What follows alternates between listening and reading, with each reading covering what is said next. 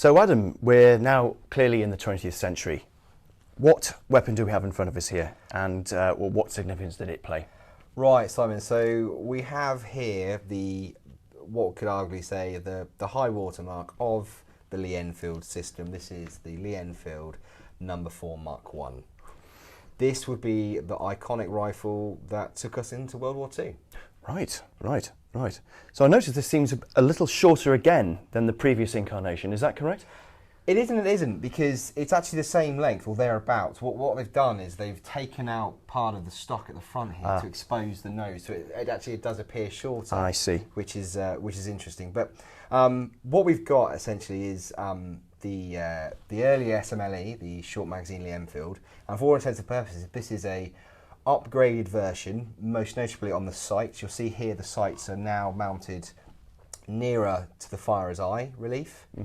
Before you saw them mounted four of the magazine housing. I see. Actually, it's over there. They've now been brought back to here, which adds ease of use and to aid accuracy. Right. There's also been some simplification of some of the processes to make this cheaper to produce and easier to produce. Right. This rifle was brought in 1939. The British were looking for a replacement of the SMLE. As we mentioned in our previous episode, there were trials with the pattern 1913 and the pattern 1914. They didn't go very far in terms of mass production or coming to core. So what the British military did was, after trials, they still used the same 303 Spitzer cartridge, but used it in essentially an upgraded SMLE format. I see. So we've got here, obviously, I'm familiar now that these are bayonets, but these are obviously a lot shorter. Absolutely. And a different design as well. Can you just talk us through these? Again, so we've got two versions here of No.4 bayonet, and as you can see, with the rifle itself, it's a lovely design. It's nice lines, but it's very simple. You don't have bits coming off it. It's a really slimmed down design. But that's also reflected in the bayonet's choice here. So we're going into World War II, we want simplicity of use, we want cheap cost of manufacture. So starts off with this, which is affectionately known as the pig sticker bayonet, essentially a spike used it's a pretty lethal thing, but essentially it's quite limited. It is just a spike. And then we get the simpler knife style with the blood channel in it here as well. So very simple, very effective, but a very good observation in the sense that things have become shorter and smaller to reflect the changing of the time. This rifle coming out in 1939 as the UK's primary rifle, still using a bolt action. Yeah.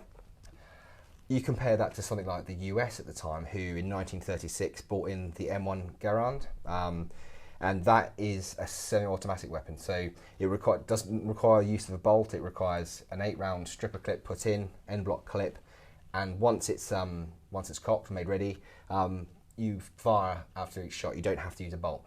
I see. So arguably, this was the dying age of the bolt action rifle as a frontline weapon. Right. But that does not mean the British did not put it to good use and great effect. So a good example of this was the retreat at Dunkirk. So whilst the troops were on the beaches, the troops left to slow the German advance.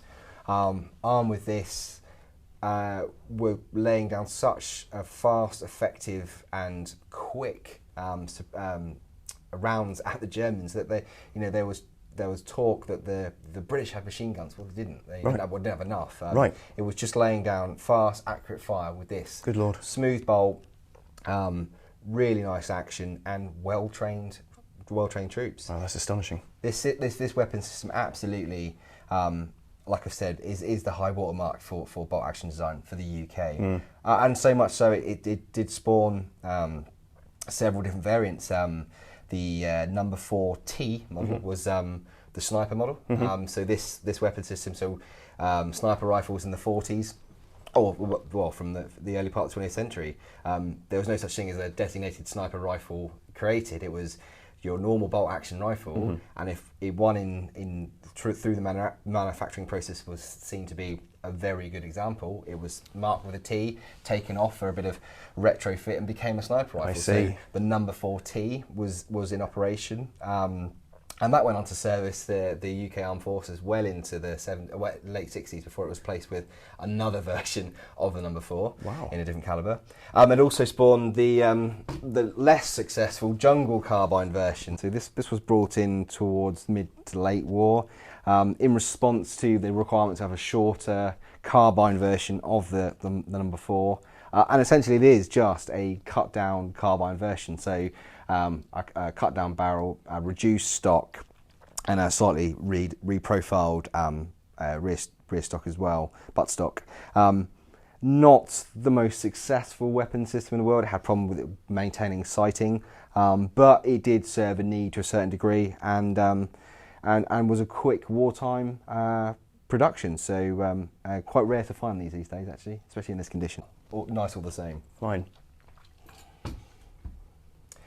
But yeah, no, a great weapon, and like I say, it was used by British Armed Forces well after World War II. It was the weapon of choice. Well, weapon of choice is the weapon of use in Korea, and wasn't phased out until the late 1950s. When it was replaced with the next weapon we'll be talking about, the self-loading rifle.